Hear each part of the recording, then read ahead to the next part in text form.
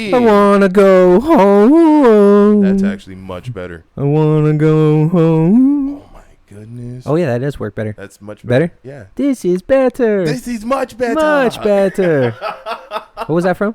I don't know. Okay. You were the one I actually heard it from you. I think it's Family Guy. It sounds like something that would be in Terrible. Family Guy. Hello, everybody. Hello. I'm D. This is Lynn. We're Project Airwaves. We are. If you haven't heard, now you have. If you didn't know before, now you know. Now you if know. You don't True know, life. Now you know. Airwaves. Okay. If you haven't yet already, please like, share, subscribe. All of our social media links will be down in the description below. All right, let's just jump off into it. Mm-hmm. I hate remakes. Hate them. They're not all bad. They're not all bad. A little bit of a piece of a piece. They can burn in hell. There was not all of them, more or less, but now with the reason why we're touching these now, I've seen a lot more. What are we touching? You said we're touching these touching you. No, touching me, sweet Caroline. Ba ba ba. I hate you. So, yeah, no, you know what? And I'm not.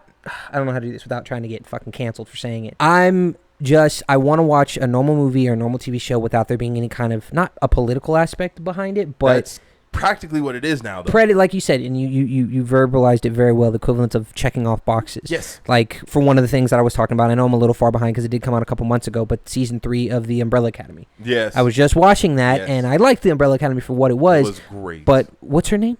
Vanya. No, but what's the actual actors, just not actors name. Yeah. I don't remember because he changed it after he changed. Yes, but she originally was in Juno. Yes. When it was a she, she was in Juno. She was Juno. She was also in X-Men. Yes, she was Kitty Pryde. Yeah. Yes, she could run through walls. So she was Shadow Kitty before she transitioned. That's her name. Was it Shadow Kitty, right? I don't think it was. I think it was Shadow Kitty. Okay, might have been. But yeah, and it's cool. I'm not dogging on the change aspect. I don't like how the first or second episode they had to make it to where he or she transitioned into a he. Yes. During the show. Yes. No actual surgery was done, but just, oh, you know what? I cut my hair. Now it's short. Now I want to be presented as a boy. So instead of being Vanya, she changed to Victor. Yes. Went to her family members and said, does anybody have a problem with this? And they're like, well, no, we're good. We're going to love you regardless. And now it's their brother, Victor. Yes. Rather than. And I guess it had nothing to do with the fucking show whatsoever. You can't talk about this stuff from like a fan standpoint. Like, I'm a fan of the show. I don't like this change.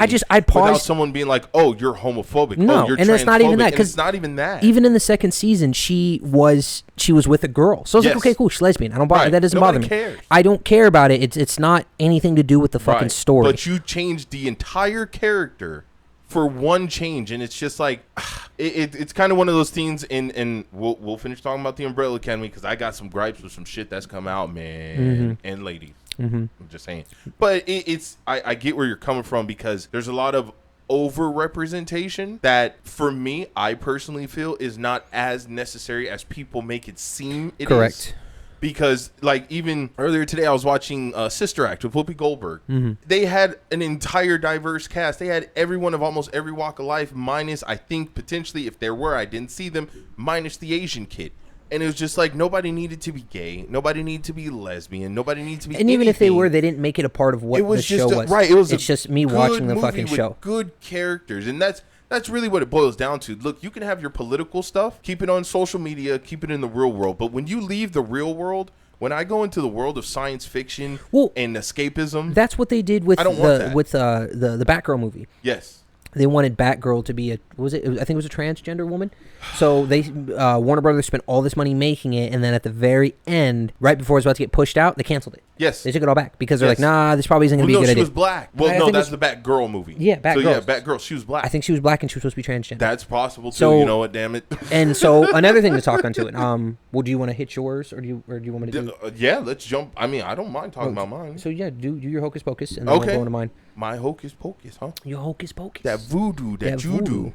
The doo-doo. So the reason I wanted to discuss kind of remakes is because just like we've just discussed, I want to say the past 5 years of remakes have to me been garbage. Marvel remakes, the new Matrix movie.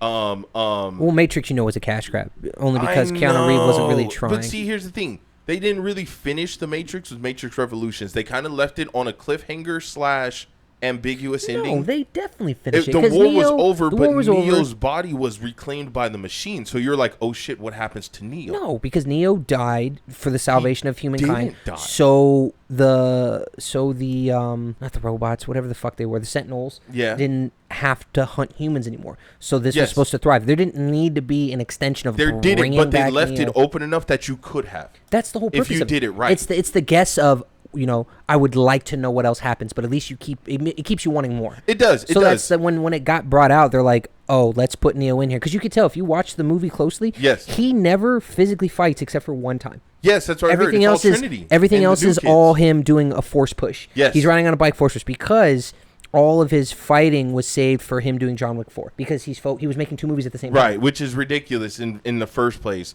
But I'm just saying in general, like I've heard mixed reviews for the Matrix remake. Hocus Pocus 2, great movie. Love the Sanderson sisters. They were perfect as far as like reacting those roles after so long. It's been like 20 or 30 years since that movie came out, and they did amazing job. My issue was unnecessary characters, and they left out the main characters of the original movie, the brother, the sister, and the brother's girlfriend. I've never seen it. We're so not I in the would movie, right?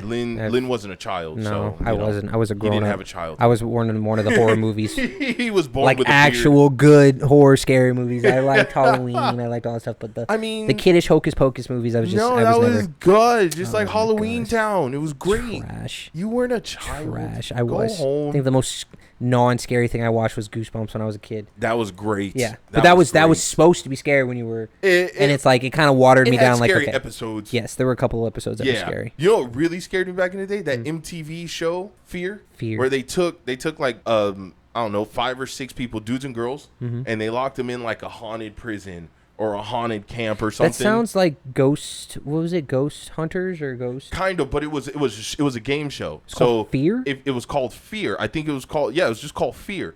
And they strapped cameras to them so you could see their face, and they had the cameras recording, and they would just run around getting all scared, and it was kind of spooky. It was nice. It was during the good old 90s era. But like I said, we don't need a lot of these remakes. Is really what I'm getting at. But there's a few that aren't bad. So What ones? Today and a little bit of yesterday, I watched Hellraiser. Yes. That was a remake. Hocus Pocus was it was a sequel. Yes. So they're just adding on to what was already there. This was supposed to be a remake because it didn't Fair. It didn't. Have you ever seen Hellraiser? No. So the first but I know one what it was is. like rough, like gory rough. Like Right. even as a kid when I watched it, I was like, dude, this is a lot for you to process. And it was made like 1987, but it held up to it. It was back in the day where horror was like how the max. like. There was no CGI. Like if they were, like if someone was getting cut or bleeding, it would actually be like claymation of it happening. They sometimes would actually cut And them. it's like or watching Jaws. Like obviously the shark in Jaws was made, opposed to now like Sharknado. It's like it's the terrible. bullshit. Yeah, CG, CGI. you can't get into so it killed it in the beginning. And it got a decent rating. It got like a 70. In the beginning, I was like, okay, I'm just going to kind of go through this because I am a horror buff and I wanted to really take this movie in. The first thing that threw it off was obviously, so Pinhead is the priest. He's the head of, the name always made me laugh, the Cenobites. Oh, yes. That's terrible. Like the fucking cinnamon rolls. Terrible. So he was the leader to run all of these demons that lived in a box in an alternate dimension that was like a gate to hell. So people would fuck with this box because they wanted immortality, all that bullshit. And anytime they'd open it, in order for you to be able to see God, you would have to bleed, solve a puzzle, like a little Rubik's Cube, and then they would ask you to sacrifice, part of yourself or sacrifice someone else in exchange. You get an audience with God. That's the whole purpose of the movie. That's dark. It's dark, super fucking dark. And like I said, as a kid, you're not supposed to be watching that shit. Definitely so, not. but Clive Baker is like a big horror person where like the gore really gets in there. And the one thing is that Pinhead in the old ones was a male. Yes. This one is a female. Don't know why. She does good for what she does, but didn't understand that. There's no need for it. They just wanted to make the main character female to check a box. And the thing is, some of these changes you can actually get away with if you give a good explanation. But then, so the next one is that the main character was a recovering drug addict, which is another thing. Checks the box. Right. For someone that's going through like mental strain and mental stress and depression and stuff. Third checkbox was her brother was a gay guy that had a gay black boyfriend. Right. And he had to survive at the end of the movie because he was gay and black. Good job. So it's like, okay, it is what it is. I let it run its course for the first hour. It's 2 hours. The second half, phenomenal. Like crazy, like just the detail of the one of these guys had like a hole in his chest because he had summoned those monsters. Spoiler alert for whoever hasn't watched it yet. Yeah, he had a hole in his chest from one of the monsters because he sacrificed a bunch of people in order to get these things to come out. Yeah. And they're like, hey, thank you for sacrificing. What would you like? And it's weird. Like Lazarus would be the equivalent of resurrecting somebody. Leviathan is considered you getting power. And it would be in each thing. And then one thing wanted was pleasure, like the art of feeling pleasure. Well, to them, pleasure is pain. So they put this weird contraption in his body to where it would give him immortality, but it would constantly thread wire through his like internals. Crazy stuff. So, and there was like a random time he'd just be walking and you could see he would be like in pain. So it's like his body couldn't even go numb to it because the wire would just keep re-threading his organs around. So he's trying to find the whole way to reset it. But at the end, he gets the thing out of him. And you can tell that the artist actually took time to do the good animation because you can see his body stitching back together. Yeah. Not some bullshit like, oh, I know I'm watching CGI. Right. It's like you're looking at it, you're like, holy fuck, they shown the connective cartilage. They showed the bone. It looked like, all right, here's the first hour of bullshit. We're going to make it up. Like, you could tell Clive Baker, the guy who made the first one, didn't put his hands in until the last hour of the movie. Yeah. The first is like, all right, let's feed the tabloids. Let's do this. Let's check the boxes. And then an hour in, they go, all right, Clive, do what you want to do. All right. And then he just makes the movie amazing. So there's pros and cons. If you can get past the bullshit of these little, like how She-Hulk did it. Yes. I've been hearing, I haven't seen it yet. I've seen reviews but and clips. People are saying garbage. It's the same thing, that in the beginning it's them trying to make a strong, independent woman and blah, blah, blah. Yes. And then towards the tail end of it, it's like, okay, this is good. You're shitting on men, first of all. We took a hard left into the wrong direction because, like I said, there's always been representation for pretty much all of us out there as far as TV goes. But when you go into the science fiction realm, a lot of us don't give a shit. I don't care that Superman was white. I don't care that Black Panther was black. They were good fucking characters. Superman is an amazing fucking character. I don't think anybody will be able to do it as well as Henry Cavill did. He did. Very good. Homeboy from Scott Pilgrim, he got close. So it was one of those things of, let's not take away from the magic of the movie because we're trying to check a bunch of boxes. I agree, 100%. You know what I mean? Yes. Give us the magic back. Give us back what we got love. the magic stick. What? Did you go full 50 Cent? 50 Cent. You got to get rich or die trying. That was the candy shop. No, it was the magic stick. No. The other one is, I'll take you to the candy shop. You're going way too much into it. Wrap it up. Wrap it up like a candy. Okay, fine. We'll go on to the next episode. Goodbye. We'll see you. So long. No, just talk about now. Clip it in. Super Mario. What about it? It was real. The Super Mario. Did it. I don't know, Grandpa Rick. There's a Super Mario movie coming out. What were your thoughts? Because this is the first time I just showed it to you a minute ago. I'm excited for it because it's animated and the animation need to keep shit animated. Yes, so there is not like how they've kind of fucked over the whole Sonic thing. How like you mentioned, well, this is why I wanted to show Sonic, it to you because of how they tried to make it where they wanted live people in it, but then they made it animated. Yes. Like Sonic would have just been good had it just been animated. Yes, agreed. And that's what this Mario is, that it's all strictly animation, and it looks good for what it is. Just like I like how they did Bowser very well. Yes. And how they added all that in. Everything looks good. It looks like it's going to stay original to the original source. Like the Super Nintendo, SNES, whatever you want to call it, those days. It's not like the new stuff where he throws the hat and possesses stuff. He might still do it. Well, I don't know. I saw Luigi getting chased by those little fucking bone. Yeah, the Koopas. skeletons Koopas. So that looked kind of cool. That's old school. So I can't wait till it comes out. It's gonna be real good. I think it'll be real good. And I'll be here to review it for you. I'll be there for you. That's kind of a thing I might start doing in my sessions, or me and Lynn might start doing. I would actually like to do that, movie reviews, or like just some movie reviews. Yeah, that would be an actually really good one because I'm a big movie buff. I got a Buzz Lightyear one coming out. I have my feelings about it, and no, not because there was a lesbian kissing scene. Nobody gives a shit about that. I actually have a genuine review for the movie. I'll post it here down the road. But yeah, so that might be a thing. So that is terrible. On Friday, Friday, the day of. How'd you get fired on your day off? The 7th, yeah. It was like the 7th. Stealing boxes. Stealing no damn boxes. Yeah, so Friday. First time it's been in quite a while. So let me ask you, when was the last time you actually physically walked the strip?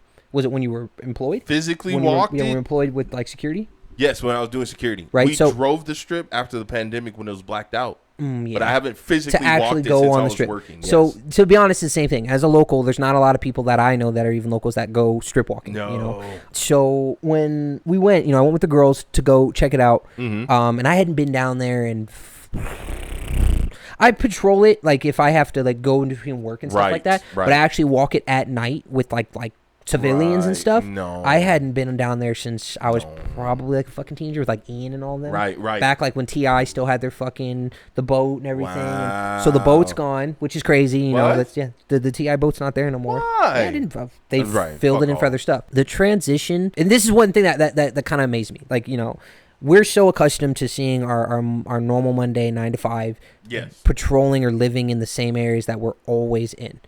I know my route to and from work. I see the town on the outskirts of what Las Vegas is, which is the Strip. Yes. The Strip is what literally runs this whole town. It makes Vegas. Yeah. Yes. So going on there, after not being there for a long time, it was interesting to see. It was a Friday. My Chemical Romance was playing at T-Mobile.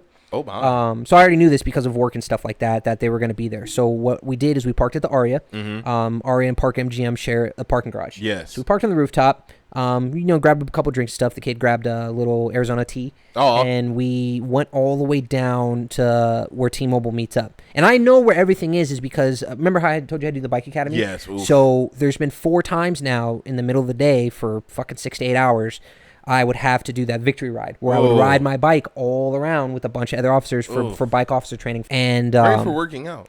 The amount of cardio, it's fucking ridiculous. It's nothing I ever really wanted to do. You're doing an Ironman because it's between a 5 to 10K. That's insane. And it's like if you're not built to be able to do it, it really fucks with you. Like you're just exhausted all the time. Yeah. But I mean, I know I can do it. I've done it now, and it's like check off a box that I never wanted to check to begin with. But because I rode around, I knew where everything was in town. Yeah. Like little nooks and crannies, so I could kind of like for the kid wanting to navigate. Yeah, to be able to see. Like I'm not gonna take you to like a bullshit like where Oyo and Mandalay is, where there's nothing over there. Like I know where the sites need to be seen. I know where the Bellagio water fountain, where the M&M factory was and stuff. So we parked it right there. Started going past. They have a restaurant called Salt Bay, the guy who does the fucking thing on the steak. Yes, with his forearm. Yes. So terrible. That's there, right in between T-Mobile.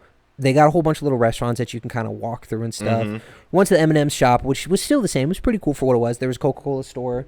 What threw me off, because I knew what everything looked like, it's walking past the Hawaiian Marketplace next to Polo Towers, because that you brings had back memories. You had worked there. Yes. How long ago? At least 10 years ago. At least 10 years. So I guess it wouldn't have been. It wouldn't have been high school that I went, because I would have. Yeah, because I went down there when you were working there. Well, no, I turned 21 there. So maybe it was just slightly after high between the school. age of like 18 and 23, let's see. Because I think once I turned 23 and up, I was working more. Yeah. And then I got into security when I was 25. Yeah, 26. I dipped out. And I was like, okay, I have no reason to be over there. Right. It's crazy that everything, like the whole strip is lit up. That one section, completely blacked out. There's nothing there. It's just like a ghost town. And I'm like, it's crazy because there used to be so live. They had a little karaoke bar and stuff like that. Oh yeah, bro. They had the karaoke bar where everybody was singing fucking Sweet Caroline. Yeah. Every night. They actually set up a stage for a live band during the day. We had the kiosks where you could go shopping. There was the bar, Zingers, of course. Yeah. On the inside was a plaza. They had a Middle Eastern stop or restaurant in there. Whole bunch of little stores and stuff you could just kind of go in and out to real quick. And it was when he showed me the picture of it, I was like, dude, I've never seen it. It's like pretty much abandoned. From what I was told is that someone bought out that area because they're just going to demolish it and build. Because it's an older part of Vegas, but then you still get the center spots, like how where the Sugar Factory used to be and where it's at now. Yes. Like I was showing you before, like how there's just the giant neon sign that takes up everything. We're turning into New York. It kind of, yeah. When you're on top of the building, like you can even see fucking the New York and stuff like that, and everything just looks good. It's not bad. It's just interesting. It's different to be able to see it, and it's like you can see the difference in certain styles. Like we were walking on the right side, which was we were trying to get to the link. We were trying to get to the link so we could walk through there, check off where that was, double back into the Bellagio fountain. Oh, nice. So just a big box, nothing crazy. On the right side, there was construction in between. Not too much homeless. Couple vagrants here and there. Nothing like nasty or bad, which we're accustomed to seeing all the time. Oh yes. But then you go farther down, it's like, okay, you're starting to see more and more homeless people kind of go around. And that was funny is because I was walking and I was like, you know what I hadn't seen in a long time?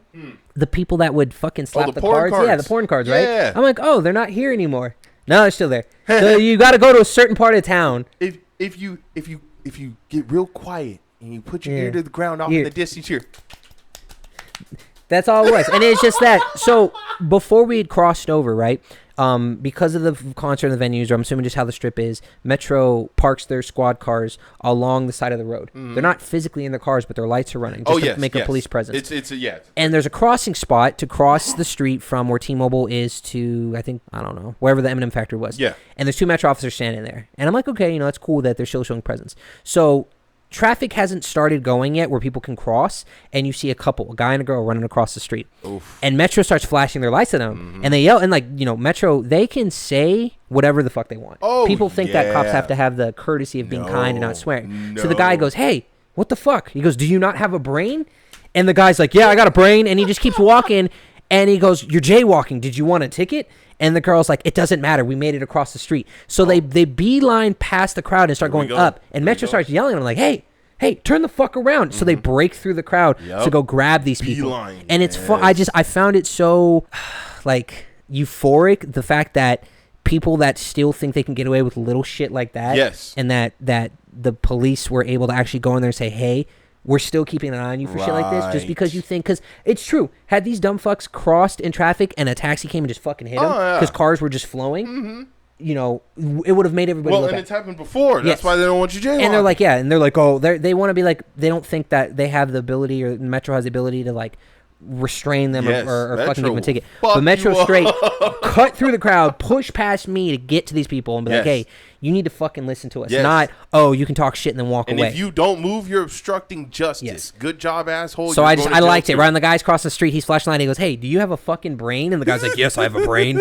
And the girl's like, we made it across, so it doesn't matter. He goes, do you want a citation? No. And they just kept walking. Bro, that's one of the few things I miss about working on the strip was down there. It was around the time they got their electric scooters.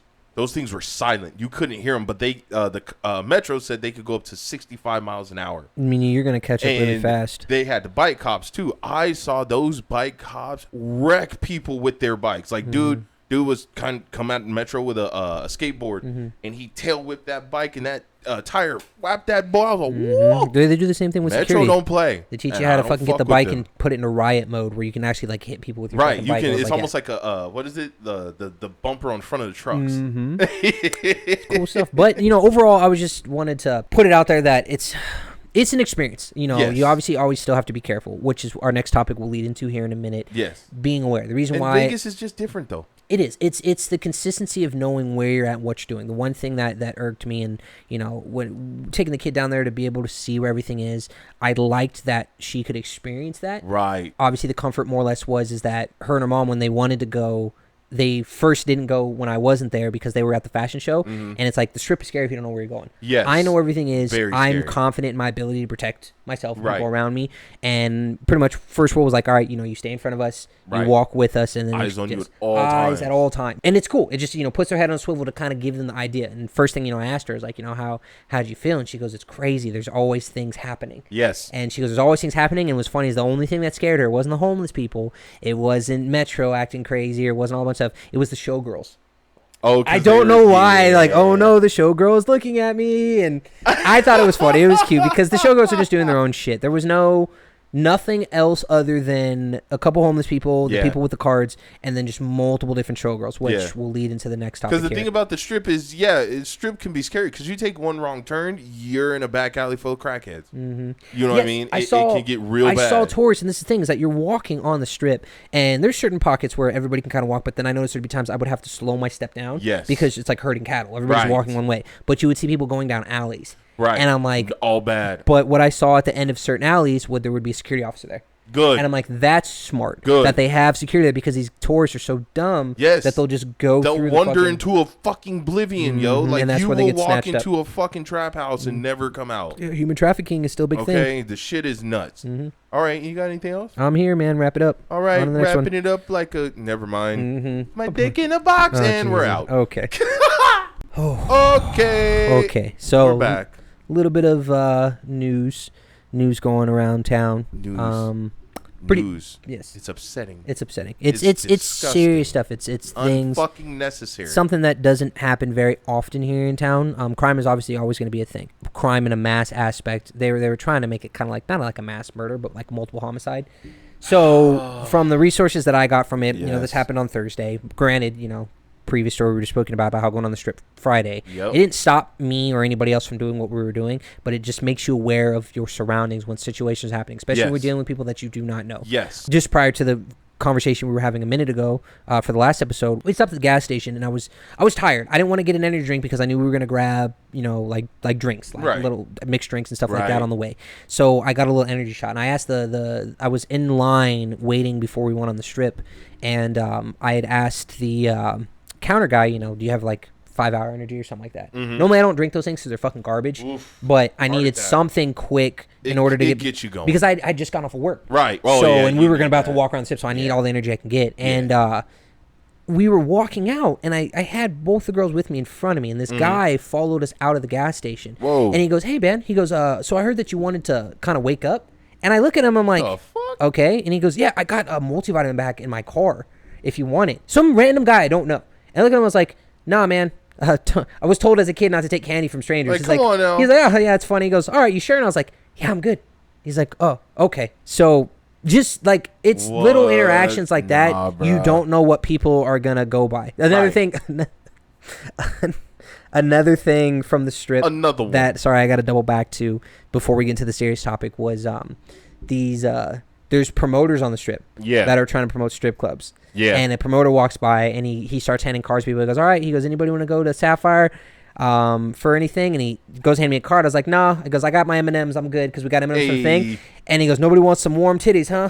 Warm titties going around. And he's handing out the cards. And I just start cracking up laughing. I was like, okay. That's weird. But it's just so human interaction with strangers is going to be a thing when you're coming to Vegas. Yes. Because you're coming across people that you've never met before. Yes. It's always... Of all personalities. It's always a good thing. And when I'm training officers is to be in something called like a position interview. Meaning if I'm making a conversation with you, I need to make sure that I have the ability to close the gap, close the distance, but still have space to back the fuck off. I'm not going toe-to-toe and stepping with you. No, it's like that 6 feet rule. Yes, that sense of awareness needs to always be a thing. And so to lead to the story, there was an unfortunate stabbing on the strip like around 11:48 a.m.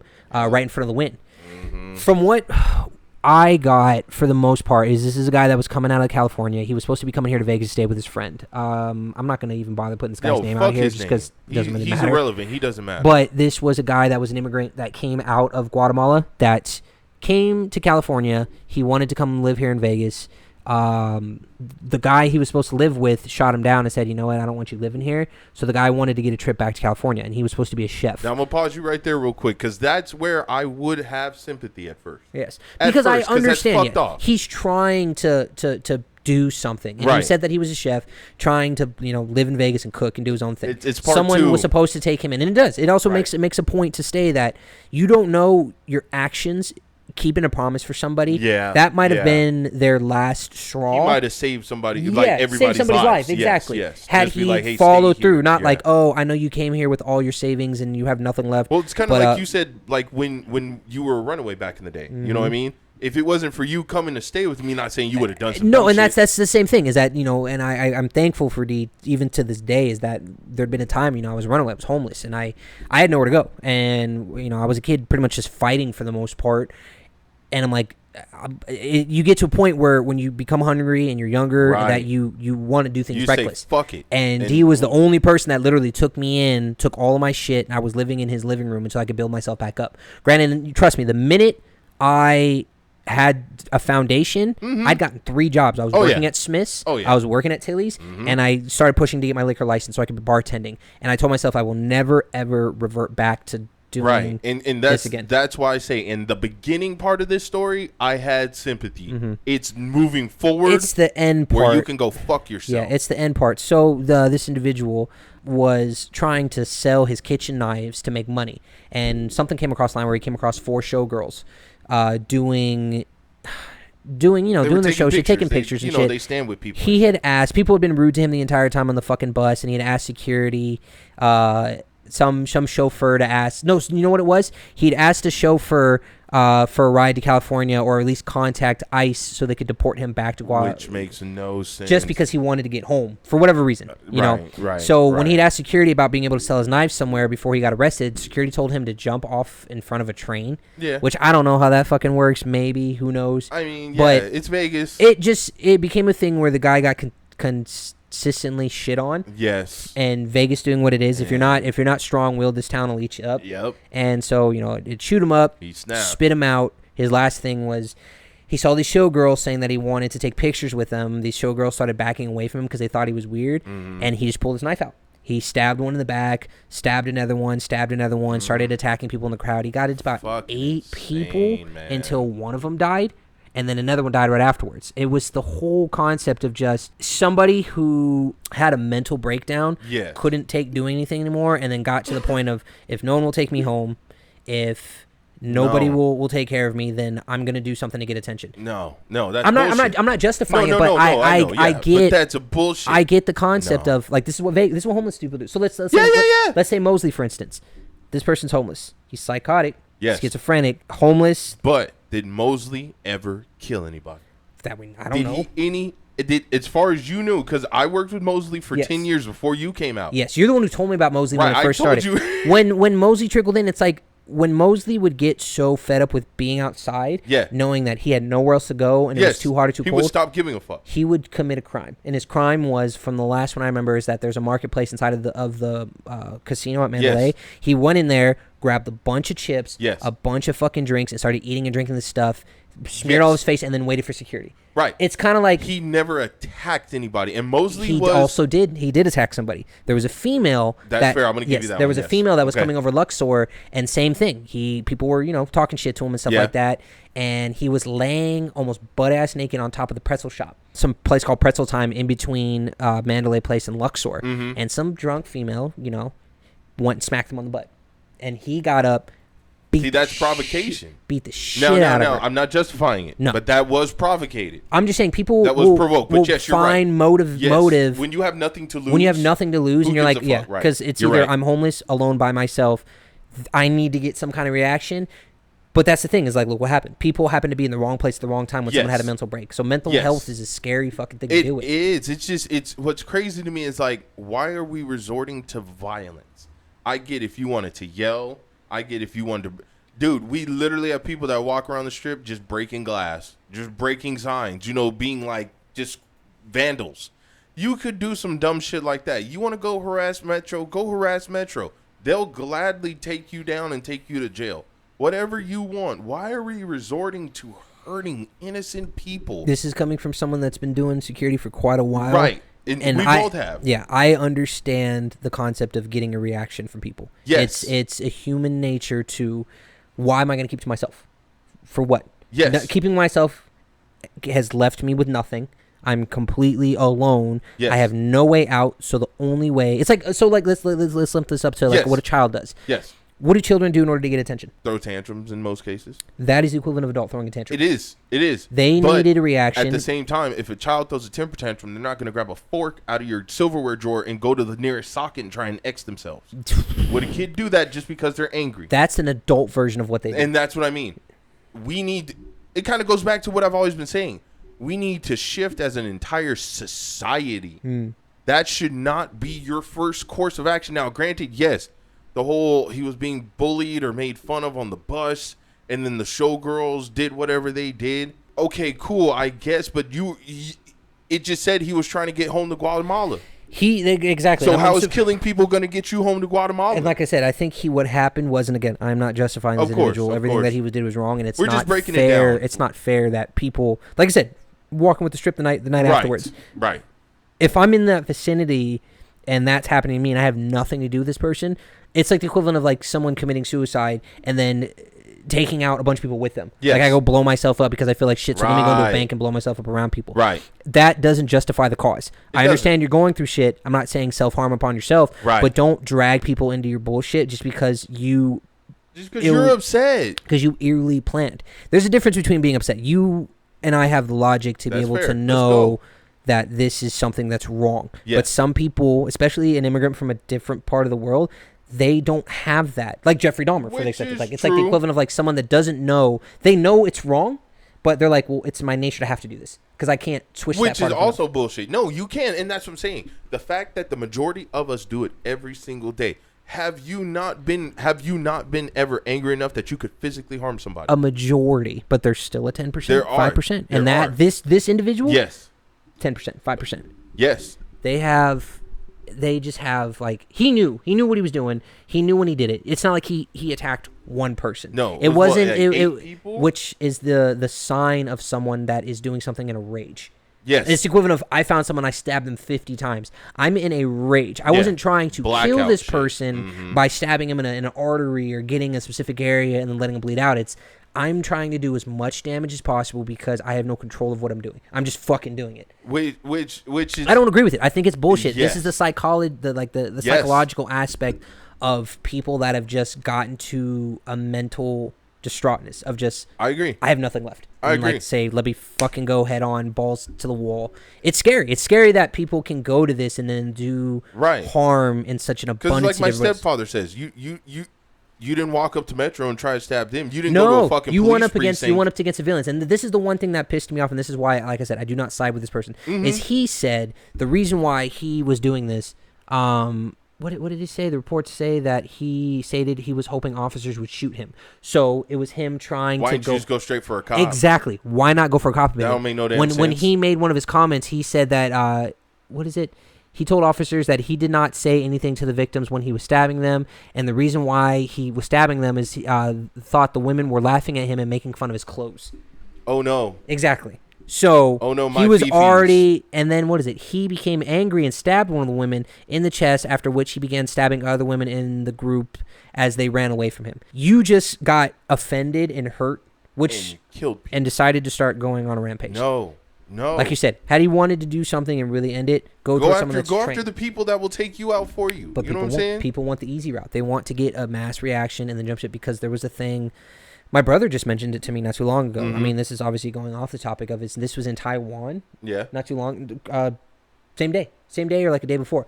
Some guy in Thailand. There you go. Went to a daycare, killed 24 kids, came home, killed his wife and his kids, and then killed himself. And it's within the same 12 hours on the other side of the planet. So that's what I'm saying. What was the purpose in that? Right. Why? Right. Why It would you doesn't go make any somewhere fucking else, sense. kill a bunch of fucking kids, come back, Right. and then kill your wife and your kid, and then kill yourself? I'm not saying what these people do are justified. They're monsters at the end of the day. It's what Right. they do. But what pushes you to the point? Is that like a possession? Like, am I being possessed by the devil and I'm making this action? That's how I feel. So what triggers someone to get to this point of, I'm going to maximize what damage I can do, Yes. and then I'm going to go? Well, there's no way me and you are going to understand it because we don't have those thoughts. And that's one of the things I tell my girl. Don't try and understand stupid, because then you'll become stupid. You know, it's like you have cops, for example, cops that literally their job is to get in the mind of a criminal. Right. Think like a criminal, do like a criminal, so that you can catch other criminals. There's a TV show called Criminal Minds. Yes, Exactly but what it is. then what do you see in there? Cops becoming criminals. Yes. Cops becoming dirty because Because they become a part of that dark world. Yes, and that's what makes it hard. When I did for security for as long as I did, I saw some of the worst shit I've ever seen in my life. Yes. And it definitely changed my persona. Not to, obviously, like I said, I didn't become a fucking criminal or a vigilante and start doing a bunch of crazy shit. But you But could've. it desensitized me to trauma that would normally shake most people. Yes. It made me the ability to hone my anxiety, because I Yes. normally wouldn't get anxiety. Right. And over time, I was like, all right, well, this is a dead body. Okay, Yes. well, this is domestic. Okay, well, somebody's fighting.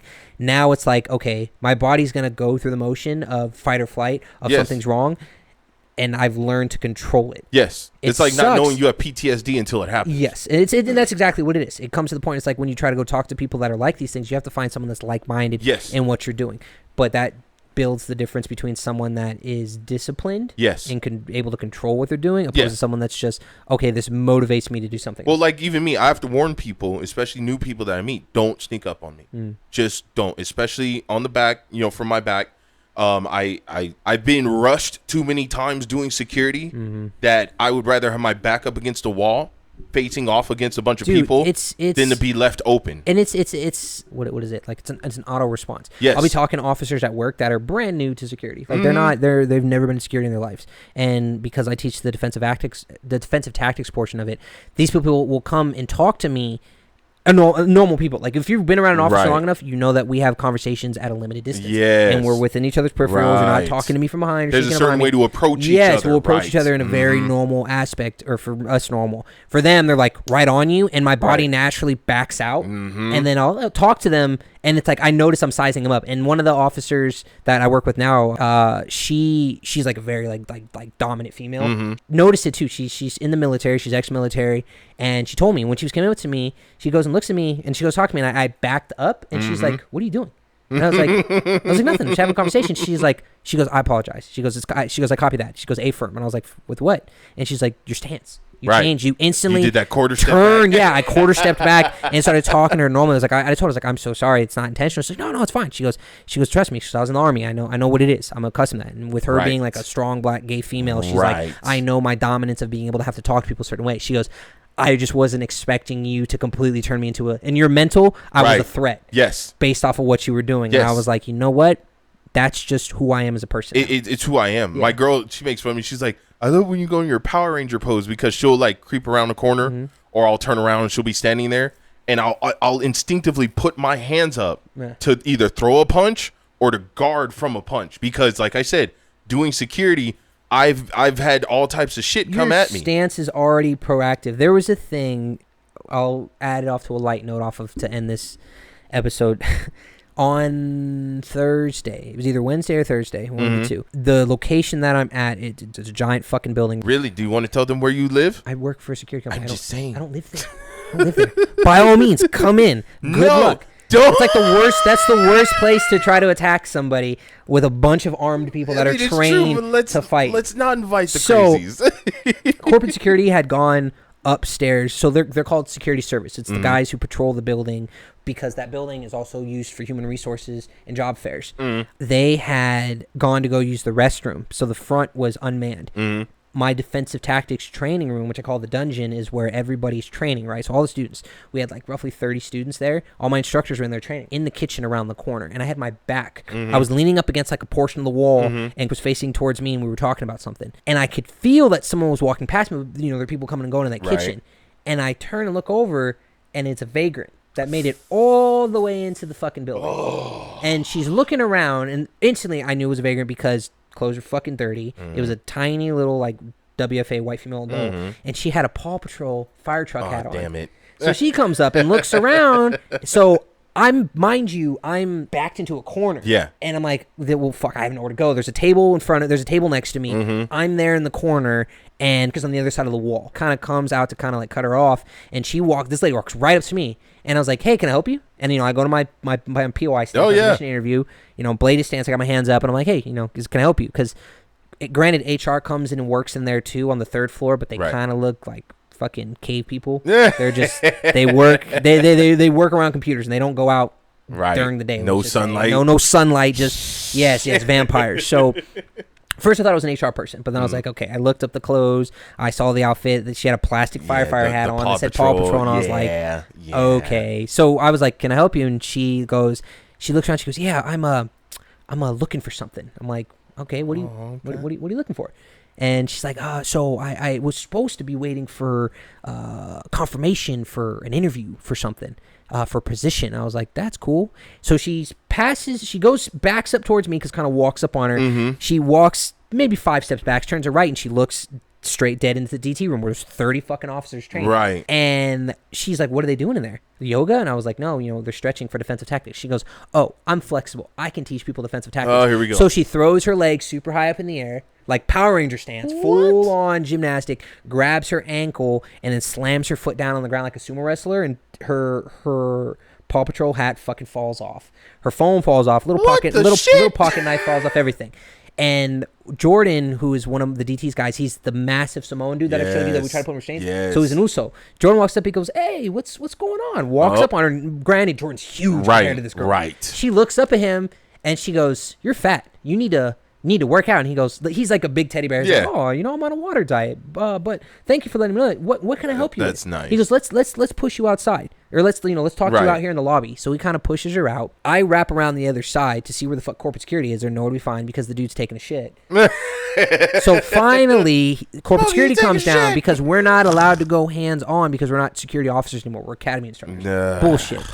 Corporate security walks up on her. Security services kind of pushes her out. She says, well, I'm your guys' new director, so I'm going to need to stay here for a while. You guys just keep doing your job. I'm just going to watch. Oh, yeah. Definitely not. Yeah. And she goes, look at this car lot. See this lot? All these cars, these are my cars. I own every one. You pick what car you want, I'll give it to you. Yeah. And the guy's like, yeah, sure. Yeah. So let's walk you out this way and we can talk. So he walks her out. We're kind of behind. She's pointing at all the cars, seeing what cars are there and talking to the guy, saying that, she's the director of security. And in order for them to keep their jobs, they'll have to lose weight. And wow. It was just, good job. At the end of the day, it ended up turning into anything. What's funny is because we sent out in the group chat that there was a vagrant that came down in a Paw Patrol hat. Right. I turn around and all of my team, which is like most of the guys, everybody has handcuffs in their fucking hands. Ready. Just 2 sets of handcuffs. Ready. And then one of the guys, Cruz, comes down and he goes, who we got to fuck up, seafood? And I look around and I was like, nobody, just this busted up looking vagrant. But like I was saying, it's just the whole sum of that story is that interactions with people, yes. It doesn't always going to have to be a hostile thing. Right. This person right. I knew nothing about that I knew was a homeless person, I still treated her with respect.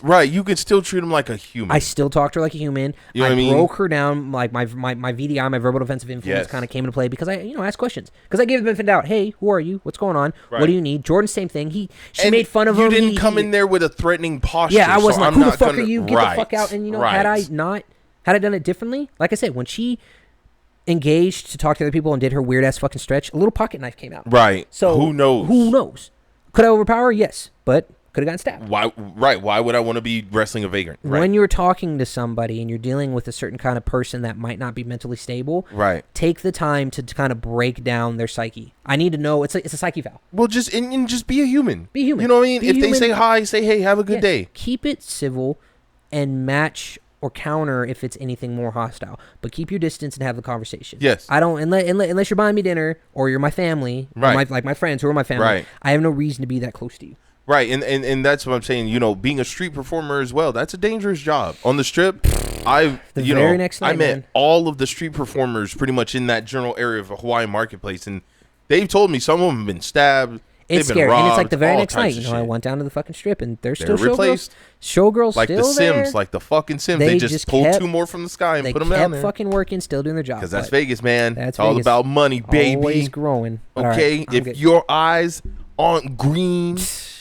Okay, if you ain't chasing that paper, baby boy. What are you doing? What's happening? You take that shit somewhere else. Why are you You're hurting me? Get out of here. Just stop. We're done. All right. We hope you enjoyed the episode yet again. Like, share, subscribe. Leave us a comment. Ring the bell. All of our social media links and our merch is in the description down below. I'm D. This is Lynn. I'm writing a book. He is. We also have a GoFundMe for my fiance's Drive Academy. Check it out. It's on Facebook. Yes. Lynn's here. I'm here. We're Project Airwaves. We're here. Keep your head in the clouds. Keep your feet on the ground, always moving forward. And we'll be back with another episode. Bye. You did good. So good.